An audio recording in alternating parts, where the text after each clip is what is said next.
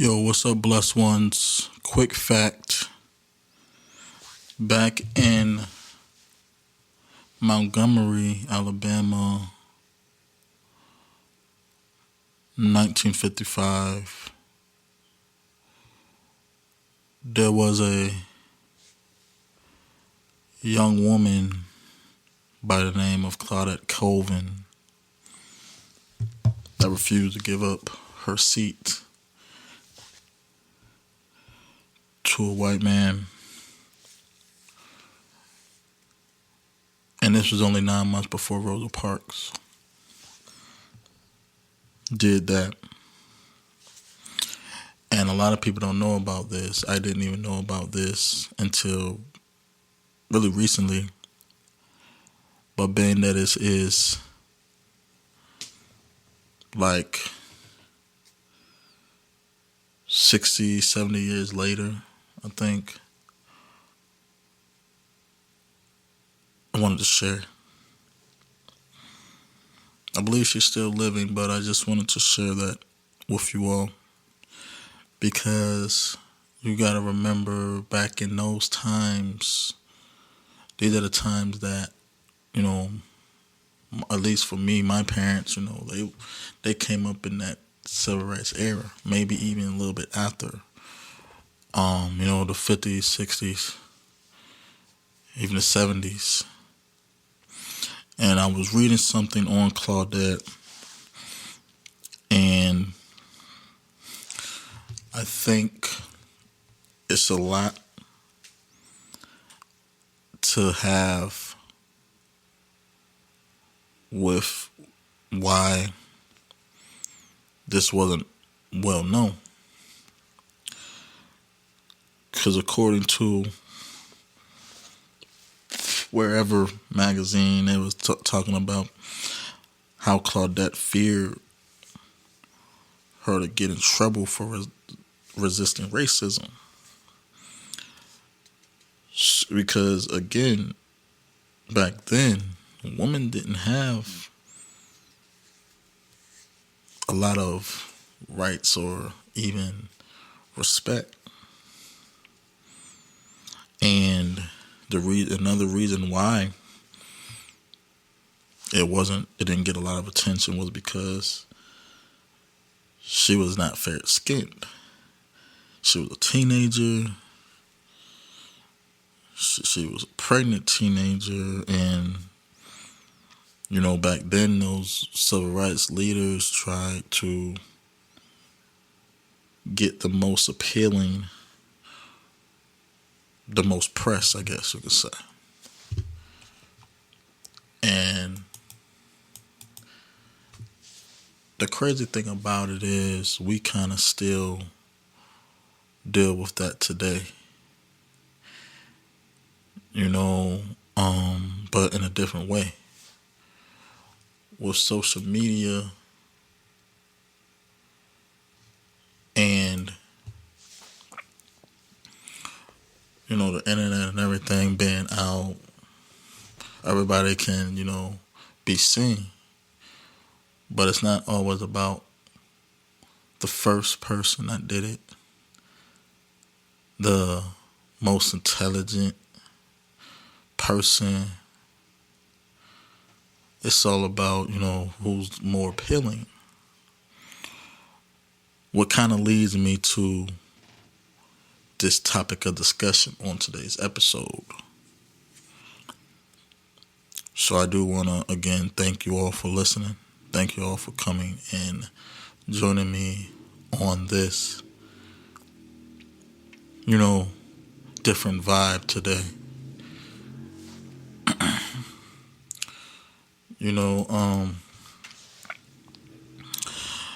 It was something I was thinking about.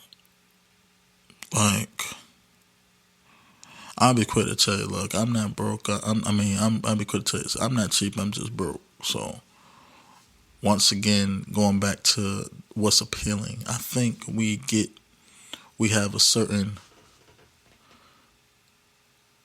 a certain pride about us, not just black folks, but people, where we feel like we have to be seen. And when we're seen, we have to look our best. Again, yes, imitation, dress to impress. Image is everything, and especially on social media, because again, social media, you are branding yourself. But the question is, you know, is money required to go out on a date? And does a man have to initiate the date? I really want y'all to think about this, because it's like you both work, say a man and a woman, they're both working. A lot of times men, and I know I'm not going to say all men, but just knowing like men, we're more laid back, we're more chill. There are some men who like to be seen, but it's like we don't really care about, really going out like that. You know what I'm saying? Like, we don't mind, chilling, playing our video games, Netflixing and chilling, maybe even just going watching the game or whatnot. So take this. If I'm working all day and then I get a day off, I'm in a relationship with someone and she's working. For me personally, sometimes I'm not thinking about going out. Sometimes I just want to, hey, spend time with my lady, right? But I'm not sitting here thinking about going out. I can even not be thinking about, having sex or anything. It's just simple where it's like, hey, let's kick it. Let's just kick it. Let's sit and watch a movie or something. And like I said, going out is fine. I'm not saying that you shouldn't go out. And sometimes splurge a little bit, but it's kind of like I see a lot of courting, and even now with COVID, is it even safe to be going out like that? Spending money on dinners and all that. Like for me, I like a nice walk. I like a nice drive. I even like a nice meal. But I think sometimes as a man, there's so much pressure on us to uphold this image or this narrative that we have to provide so much that we even have to set up a date. We can't always be, we gotta always kind of like hit a woman up and be like, hey, get dressed, I got reservations, or we gotta be like, hey, let's go out. To me, I feel like if a woman wants to go out, she should say it. We shouldn't have to be mind readers or beat around the bush as far as if we want to go out. And I'm not saying because if a man don't say anything, he don't want to go out, but it's like it's not thinking about it sometimes. A lot of men, and I'll just speak for myself. I ain't thinking about going out all the time. I would like to get out of the house sometimes and, enjoy the sun. Like I said, enjoy some different meals, spend some quality time with a nice young lady or something. But it's like that's not what I'm thinking about all the time. So if you're in a relationship, there's going to be those times where y'all do go out, but it shouldn't be required to spend money. Because I feel like sometimes if you do that, say if you do that twice a week or even once a week, and you might start getting jaded a little bit. And again, like I said, I ain't cheap. I ain't cheap and broke. So it's like, in that perspective. So when I was in a position to actually go out all the time, like I said, I didn't have children. I didn't have like a lot of bills, and I think that's what it's all about, is being in that position. So, in correlation to Miss Claudette Colvin, like I said, she was 15, pregnant, not fair skin. I guess apparently not good hair. It's there's like there's a certain status that the world always wanted people to be in, because even with racism and the civil rights back in the earlier mid 90s, even though there were a lot of struggling black activists as well, there was still a certain image that they held.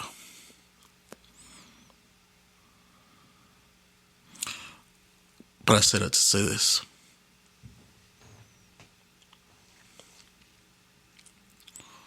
When you're in a position to provide for other people, you're always going to be expected to do that. And that's the thing I don't like. People see you. You might have on, nice clothes. You might have a nice car.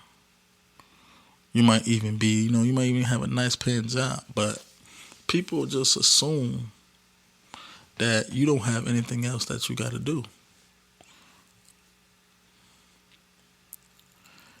And I feel like the pressure of upholding the image needs to be addressed and changed. Because me being a father, me being a man, me being a provider, there's a lot of unwritten rules that we have to somewhat follow or go by because of society. So if I feel like, hey, I had a nice week, had a nice work week, and on the weekends I just want to sleep, I think it's okay to do that. Women who feels like men that they're dating are not exciting enough or boring may need to look at the reality of things. Because like I said again, we can love someone, but we don't have to be compatible with them. We can love someone and things can not always be right. And this goes for men as well. If men expect women to just always give up the pussy, you need to look at the reality of things. What men don't know about what women go through physically with their bodies kind of keeps us in that mindset that, hey, we should just be sucking and fucking, taking them out and doing that. That's pretty much what certain relationships are these days. We're all dating, mingling, having a good time, splurging money, which is always fine if you got it. But I think when we're involved with people and even trying to educate ourselves with other things we have to put that out there sometimes unsolicited. Just like the podcast. But I just wanted to get that off my chest. Blessed ones. Thank y'all for listening. As always, stay safe. Stay positive. Stay productive. And prosperous. This is Blair, your cancer care bear. No hair, don't care. All faith, no fear. I'm out.